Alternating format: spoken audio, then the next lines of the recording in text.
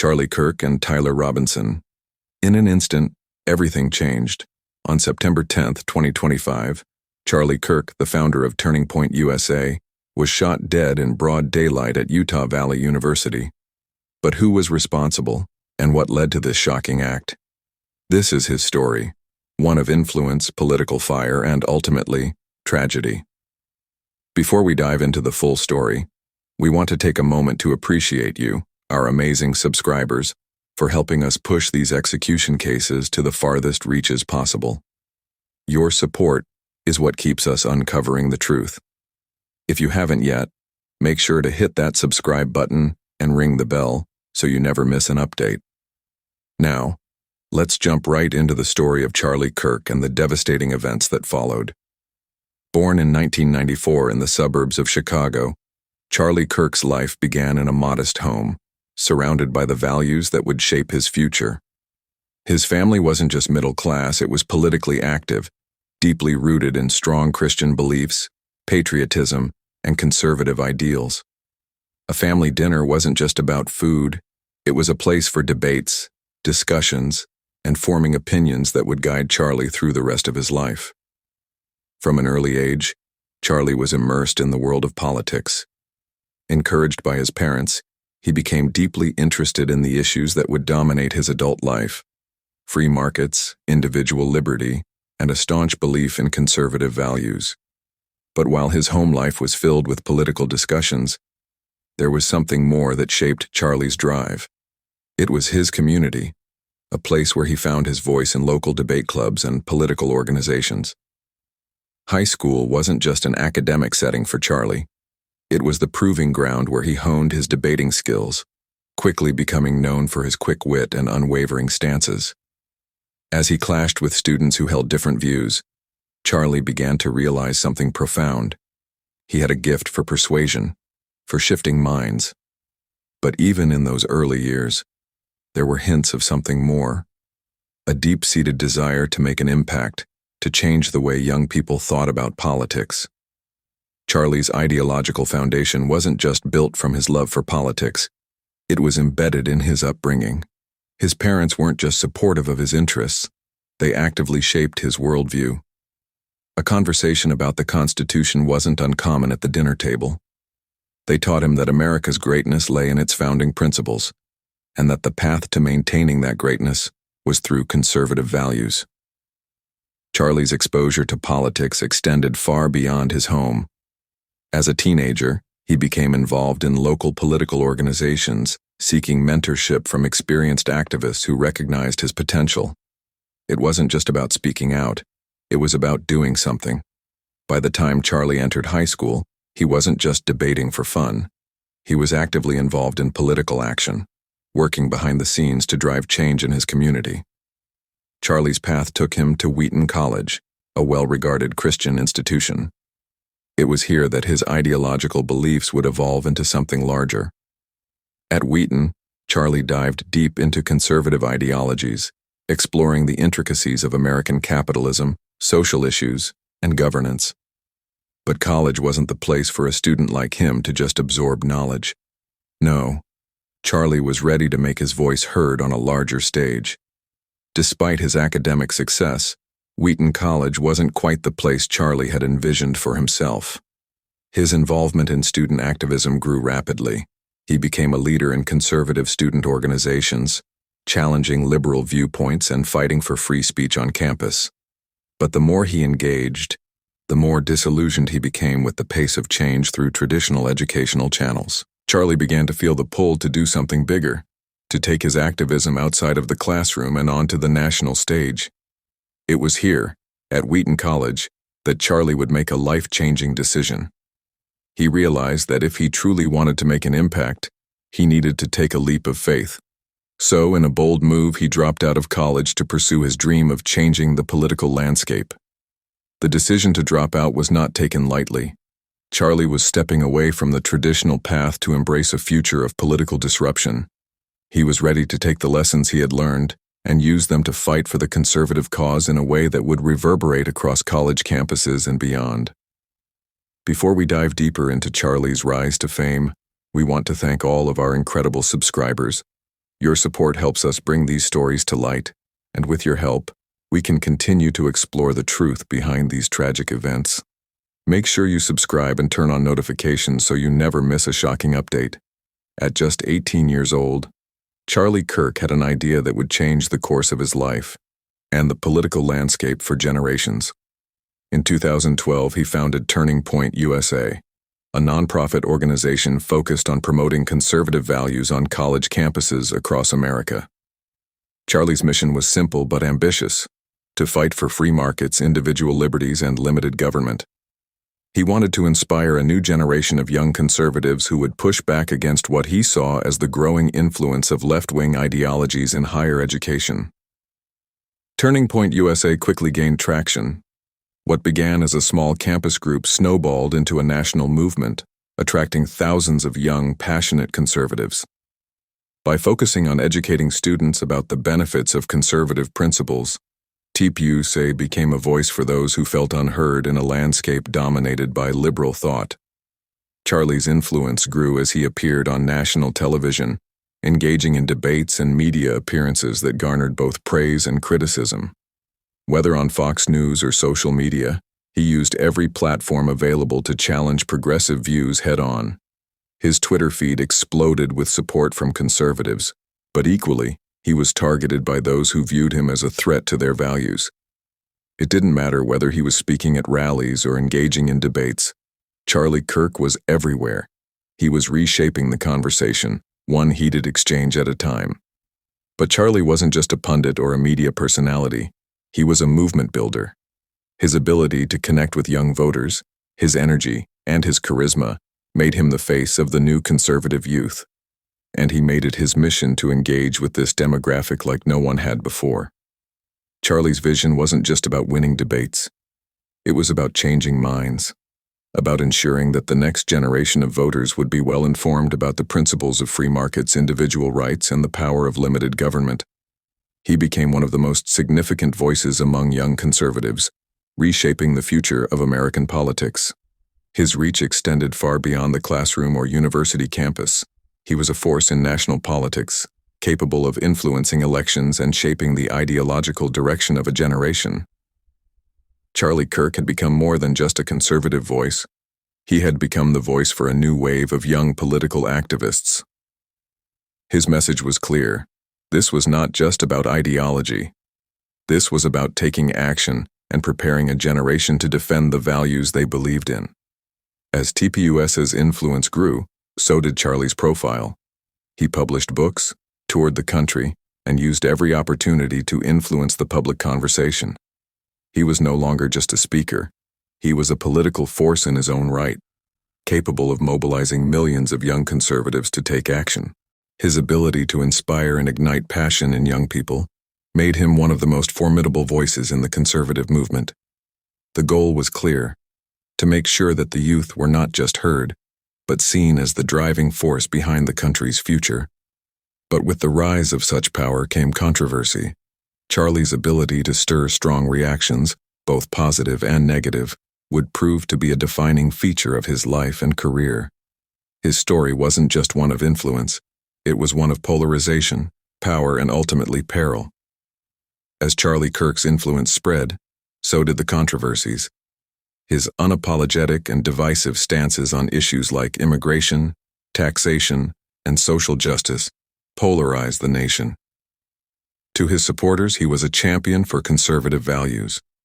To his critics, he was the embodiment of everything wrong with American politics. Kirk's views were sharp, direct, and often controversial. His criticism of liberal policies was blunt, drawing the ire of left-wing activists and even celebrities. But rather than backing down, Charlie leaned in, confronting anyone who disagreed with his vision for America. Public confrontations with liberal activists became a staple of his career. His Prove Me Wrong table at college campuses turned into a battleground for ideological warfare. And while his boldness drew both criticism and praise, it was undeniable. Charlie Kirk was a polarizing force. Politically, Charlie Kirk aligned himself with the far-right wing of the Republican Party. His strong support for figures like Donald Trump was well known, and his vocal criticisms of progressive policies were unrelenting. Kirk's alignment with Trump, who many considered a controversial figure himself, further cemented his place in the heart of America's political storm. He didn't just support the policies of the far right, he championed them. His unwavering stance against progressive policies drew sharp lines between him and the opposition, heightening the polarization of the political climate. But it wasn't just on college campuses or rallies where Charlie Kirk made his mark. Social media became his battleground, his platform to reach millions. Twitter, Facebook, Instagram. No platform was off limits for the outspoken conservative leader. Charlie used social media not just to promote his organization, Turning Point USA, but to boldly push his political agenda. Often controversial for his provocative statements, he was a lightning rod for debate. Some hailed him as a voice of reason in a world full of political correctness, while others branded him as inflammatory and dangerous. But no matter the criticism, Charlie maintained a loyal following. His words resonated with a generation disillusioned by what they saw as a political establishment failing to represent their views. For every detractor, there were countless supporters, followers who embraced his message of free speech, conservative values, and opposition to what they saw as a growing tide of political correctness. And it wasn't just a few voices. The movement he built, Turning Point USA, grew into a powerful force. It was more than an organization. It was a movement that sought to reshape the political landscape, turning young conservatives into activists who would fight for their values no matter the cost. Charlie Kirk's impact was undeniable. Whether you agreed with him or not, his ability to spark conversations, challenge the status quo, and ignite passions was unparalleled. But with such polarizing views and a growing influence, it was inevitable that his actions would lead to a turning point, a moment when the consequences of his stances would become deadly.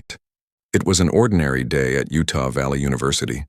Students milled around, and in the midst of it all, Charlie Kirk stood tall behind his Prove Me Wrong table, an event he had held countless times before. His goal?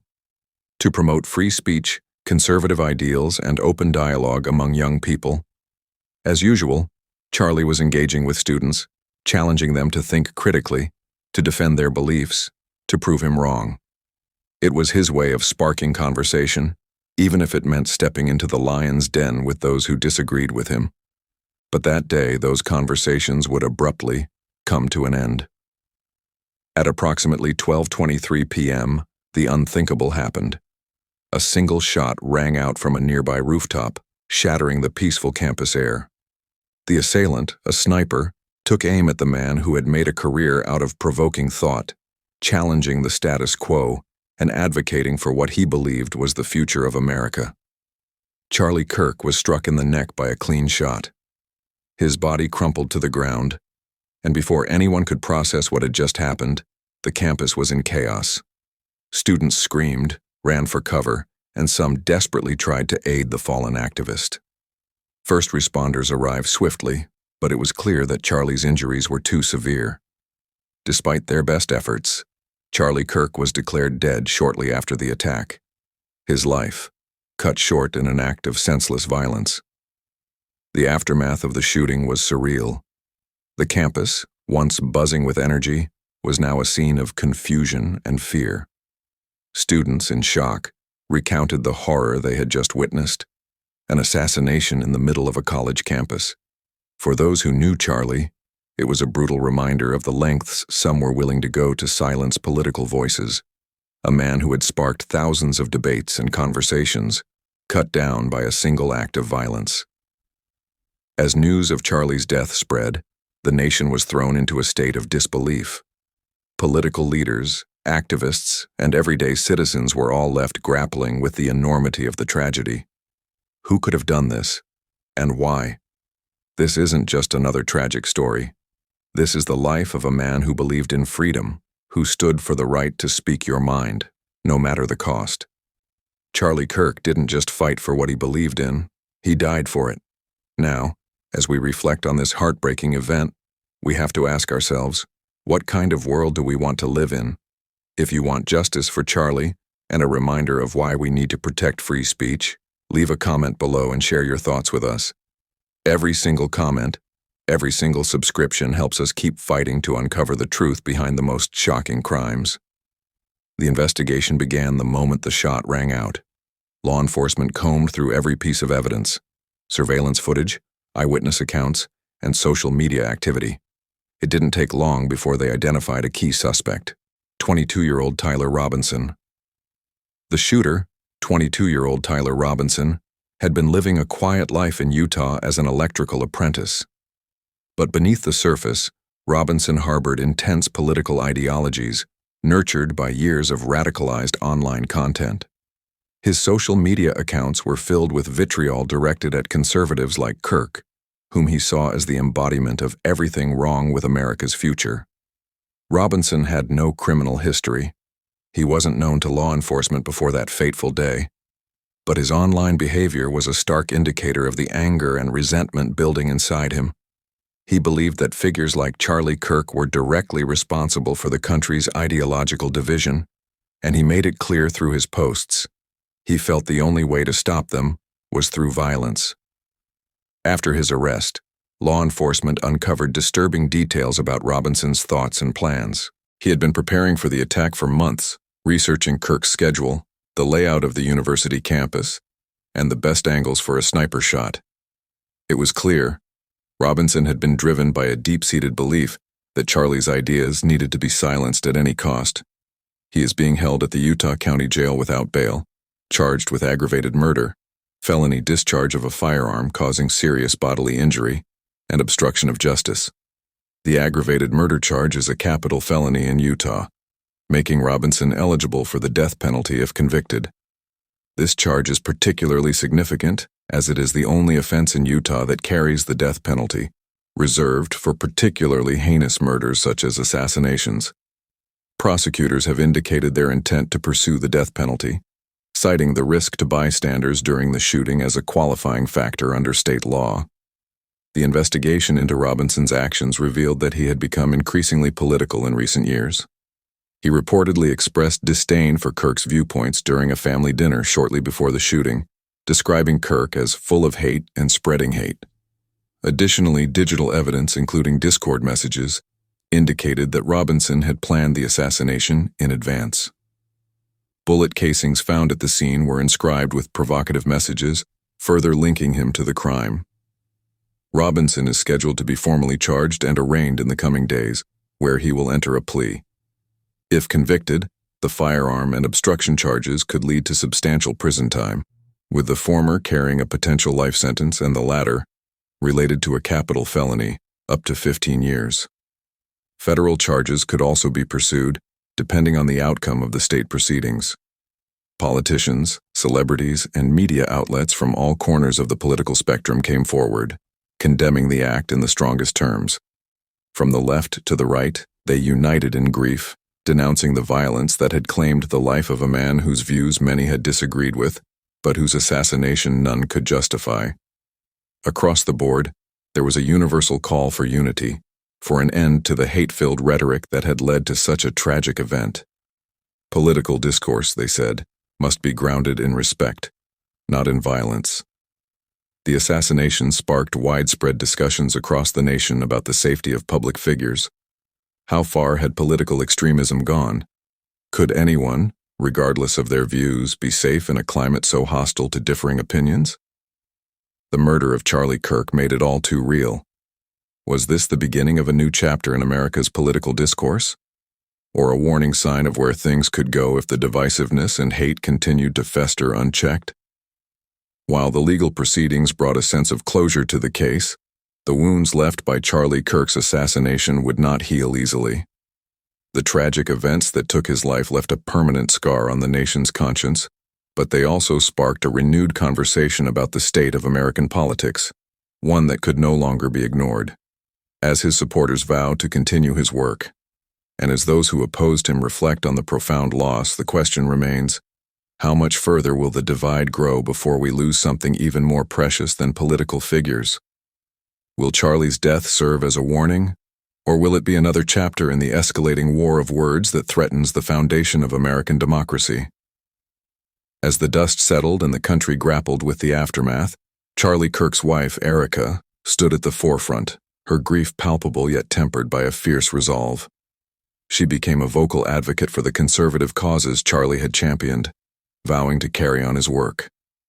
Her words echoed across media platforms, carrying with them a message of strength amidst the pain.